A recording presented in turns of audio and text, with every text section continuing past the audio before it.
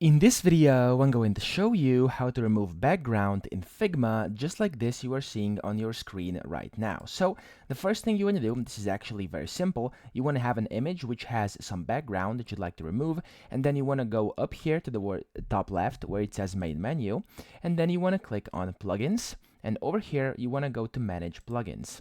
Now here you want to type in remove background. There we go. And then a few plugins are gonna pop up, so there's gonna be a lot, but the one I used is this one, which is Icons 8 Background Remover.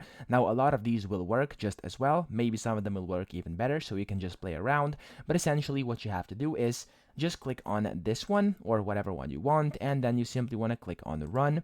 And after you do this, click on Remove Background, and then it's gonna start removing your background over here. So this will take a few seconds, upwards to like a minute, so I'm not gonna wait for it right now, but you were able to see earlier, this is what it did, this is how it removed the background. So that's pretty much it. I hope this video helped you out. If it did, please subscribe to the channel and help me out as well.